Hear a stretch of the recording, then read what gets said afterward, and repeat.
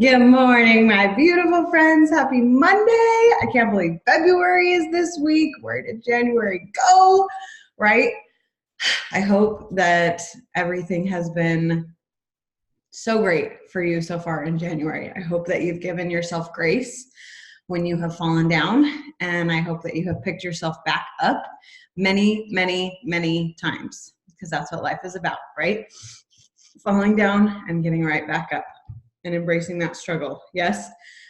Today, for our nutrition bootcamp call, I wanted to talk to you about the reason why you're on this journey. And I think so many times I hear people who say something along the lines of, I hate this and this and this part about my body. I hate that I feel this and this and this way. I hate blah, blah, blah, blah, blah, fill in the blank. Therefore, I want to change. And while those are super fabulous reasons for starting, I want to challenge each of us to change our verbiage and to exercise not because you hate yourself, but because you love yourself and you want to feel and look your best. I was, every single morning, I do what's called my life savers. And if you're unfamiliar with that, that comes from the Miracle Morning. And a lot of people hear Miracle Morning and they're like, I'm not a morning person. I will never do that. But the whole point of the book is not to wake up early, because that would be like a 3-page book, right? Like, here's a few studies that talk about the science of waking up early, wake up early. That's not what the book is about. The book is about how to start your mornings. Whether you're starting your mornings at 5 a.m., at 3 a.m., at 8 a.m., at 10 a.m., whether you work the night shift or whatever, it doesn't matter. It's just how to start your day intentionally. And I've been revamping my lifesavers, which I do all the time, just to make them fit with my life situation, because life is constantly changing, right?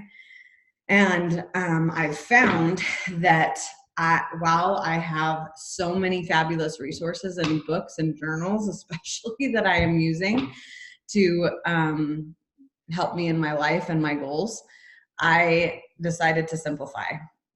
There's this book that I have been trying to master this year.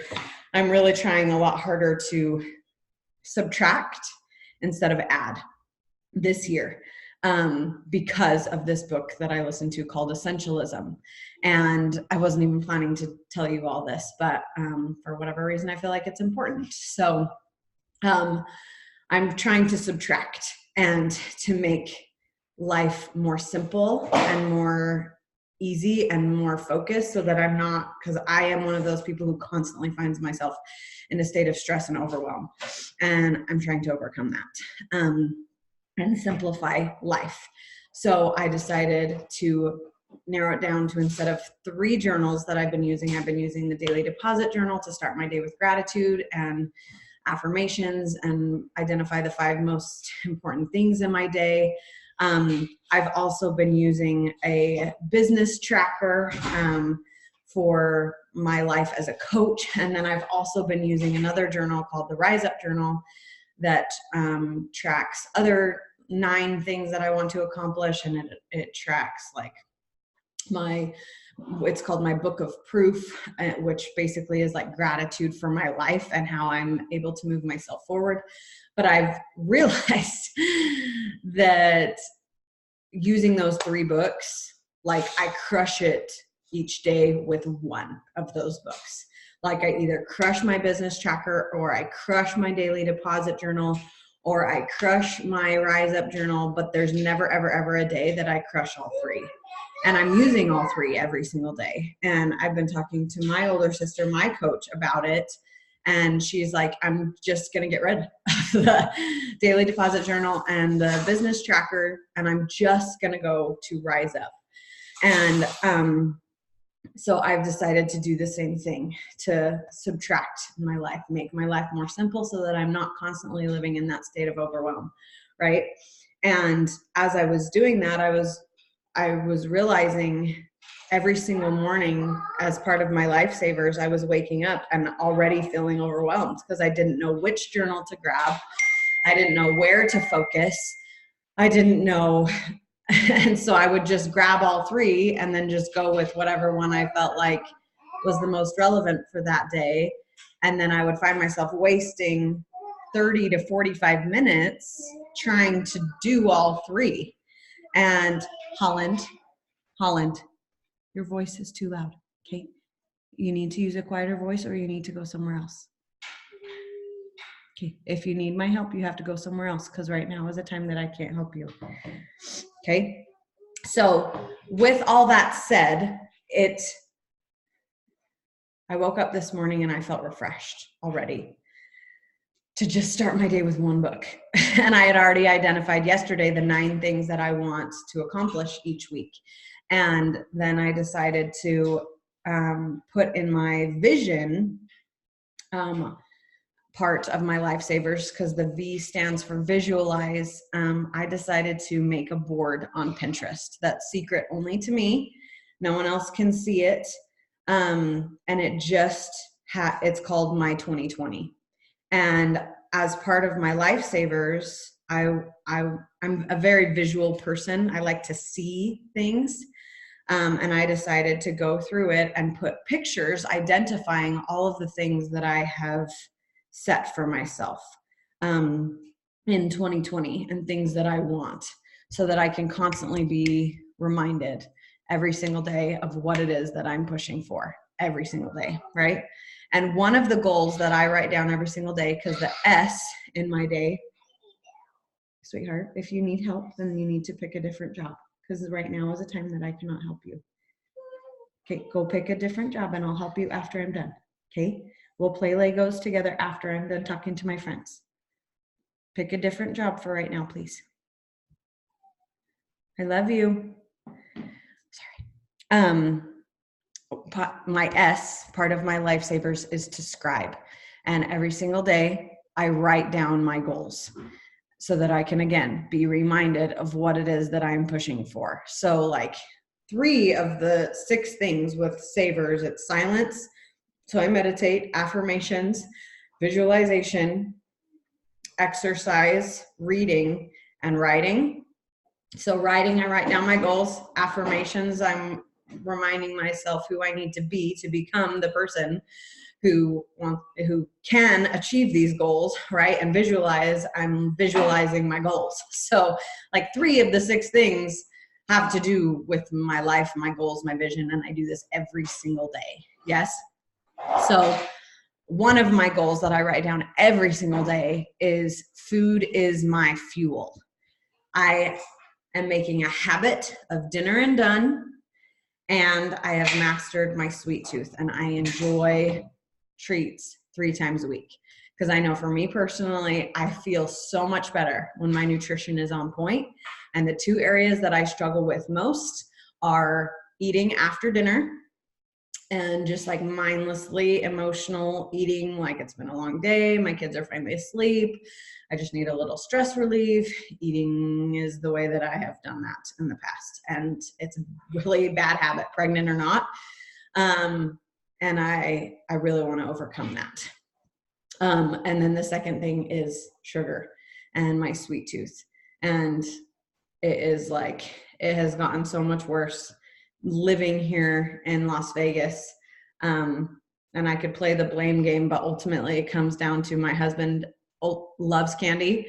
My family-in-law loves candy. And we now live 15 minutes away from my family-in-law. And I love candy. And when we lived in Utah, we weren't around it so much. And now that we live here in Vegas, right next to them, I'm exposed to sweets so much more often. And my willpower is not very strong when it comes to sweets. So I'm working on it. And ultimately it is my choice to eat it or not. So I can't blame anybody else for that love of sweets, but it is something that I'm striving to work on. Okay, sweetheart, you have to do C first. A, B, C. Okay, if you get tricked and you need help, sing the song. Sorry, my cute little boy is And as part of that vision for my 2020, I put in there, you probably can't see it very well, but I put in 2 pins. One says food is fuel, and the other one says eating well is a form of self-respect. And I believe in that with everything that I am. And I have those 2 goals, both to make food my fuel, to get so much better at dinner and done, to get so much better at my sweet tooth and enjoying treats 3 times a week and not giving into my sugar cravings every single blessed day, every single blessed time I have that sugar craving, right? Sorry, 1 second. You need to sing the song. If you need my help, it is not a job that you should do right now. Mom is talking to her friends. Okay, then sing the song. Okay, then if you need my help right now, that's not a job that you should do right now. Maybe you should go play quietly in the playroom or in your room. Sweetheart, I need to talk to my friends right now.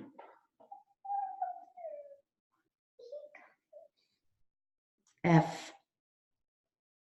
I'm not helping you again. I'm sorry. It's already and it's only 7:15. So I don't even know where I was at. But eating well is as a form of self-respect and choosing to eat well because you love yourself, not because you hate yourself.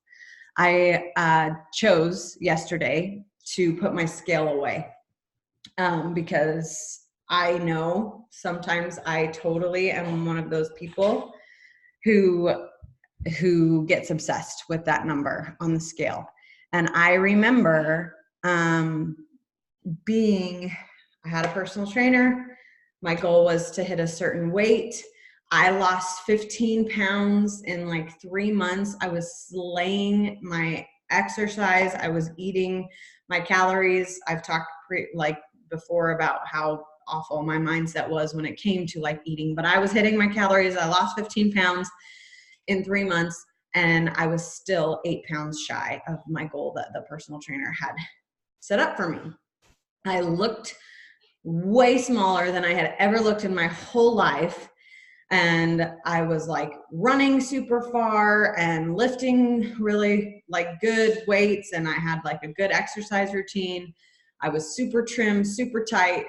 But I remember like just being obsessed with that number on the scale because it still wasn't what the personal trainer had set for me for that goal. And fast forward a few years, I had Holland, and my mindset was like so awesome. Like my whole mindset was like, sweet, I just had a baby. I've never tried to lose weight before or after having a baby. I just want to see what I'm capable of. I just want to see how far I can go. And my husband, before I had him, had thrown away our scale because it had broken. And I didn't realize how awesome that was going to be for me. Like our scale broke. And so, yeah, you throw it away when something is broken and can't be fixed, right? So we threw it away, and I didn't buy one again. I did not buy one the entire time I was on my postpartum journey with Holland. I had no idea. Good job, sweetheart. I'm proud of you. I had no idea how much I weighed, and I loved it because I 100% focused on how I felt and how I looked. And I remember feeling like I looked awesome. And I would look in the mirror and I would be like, dang girl, you look so good. And you just had a baby X amount of months ago. I'm so proud of you. And I would get ready like every single day. I would do my hair. I would get dressed in like normal clothes. I wouldn't live in my workout clothes because I just remember feeling like I looked amazing. And I felt amazing too. And mentally, physically, emotionally, like all the places, I was like in a really good spot, right? Then fast forward, until I was like 8 months pregnant with Elila, and To Be Mindset came out. And she talked about like one of the bunnies is to weigh yourself every day. And so I bought a scale and I started weighing myself every single day. And I latched on to the idea of I can eat whatever I want as long as I weigh myself and be accountable for it. But my brain and the way that my brain works personally, I have found that that has actually turned into a destructive cycle. And because I'm telling myself I can eat whatever I want as long as I weigh myself in and be accountable. And then I get on the scale and I'm like, yep, it went up, but I knew it would because I ate blah, blah, blah, blah, blah. And then the next day, yep, it went up, but I knew it would because I ate blah, blah, blah, blah, blah. Yep, it went up, but I knew it would because I ate blah, blah, blah, blah, blah. And then it's just, I mean, yes, I'm pregnant and yes, I'm supposed to be gaining weight, but I'm not eating right. I'm not. And I'm telling myself it's okay because I'm going to get on the scale and I'm going to be accountable for it. And while I love To Be Mindset, and there are so many amazing principles that it has blessed me with and taught me, I have learned for myself, because I'm trying to be reflective and do what works best for me and my lifestyle, that I need to listen to my spirit. And my spirit says, screw the freaking scale. Okay. So this is not to like get on here and say like, To Be Mindset doesn't work, you should stop doing To Be Mindset. That is not what I'm saying at all. So please do not hear that. I am telling you that you need to be in tune with your body, with your spirit. You need to exercise and eat healthy because you love yourself. And if you know of something that works well for someone else and it doesn't work for you, listen to you. Yes. And so if you're hearing this and you're hearing me tell you that the scale doesn't work for me, but the scale really works for you, listen to you. Be true to you. Yes. And if your heart and if your spirit is telling you, yes, Alana tells me to use the scale, but my spirit really doesn't like the scale and doesn't work well with it, then don't do that part of To Be Mindset. Yes, you can still have water first. You can still have veggies most, and you can still track absolutely everything you have. And you can still use the scale as a way to educate yourself on your goals, but you don't have to do it every single day. You do not have to do it every single day if that's what your spirit is telling you. Yes, if that's what your body needs, if that's what you emotionally, physically need. Yes. So ultimately, I just want to give you permission to reflect and to listen to yourself. Yes. So with everything I've talked about so far, with, okay, my spirit was trying to tell me forever that these 3 journals was not working because hello, Bryn, it's like starting your day out with overwhelm. So simplify, subtract. 1, yes. With the scale, everything, simplify, subtract, listen to yourself. Bryn, listen to yourself. Yes. And that means you need to take time to be still. Yes. That means you need to take time to sit in that uncomfortable place and learn more about the things that are bringing you stress, that are bringing you unhappiness, that are bringing you anxiety. If you're feeling those feelings of stress and anxiety and overwhelm, there's a reason. Yes. And your spirit, your body, whatever you believe in, they're trying to tell you something. They're trying to communicate that something is wrong and that you need to make a change. And I really, really, really want to challenge you to listen, to pause, to reflect. If you believe in prayer, to pray about it. Yes, if you have a mentor like I do with my older sister, talk to them, hash it out, figure it out. Yes, figure out what it is that you need to do to change and change. Yes, make those small changes that you have no idea ultimately how much they can change your life unless you give them a try. Yeah. And in all of this, Do it because you love yourself, not because you hate yourself. Make these changes not because you hate your life, you hate that you're never accomplishing things, you hate XYZ about your body, you hate blah, blah, blah, blah, blah. No, I am doing this because I love myself and I want to live my highest, fullest, best version of me. And that starts with listening to myself and making the big and small changes that I need to bring my life more balance, more peace, more me. Yes, the truest version of you. Cool? So that's all I really have for you today. I hope this was helpful. I hope something that I said resonated with you, and I hope that you take the time to read Essentialism for one, and take the time to subtract things out of your life. I was actually on a mentorship call the other day where my mentor, I have lots of mentors, but my mentor Kyle was talking about how when people say their life is busy, that is one of the biggest deterrents for friends and family, because the second we say I'm busy, we are shutting down being receptive to all the things that want to come into our lives to bless us.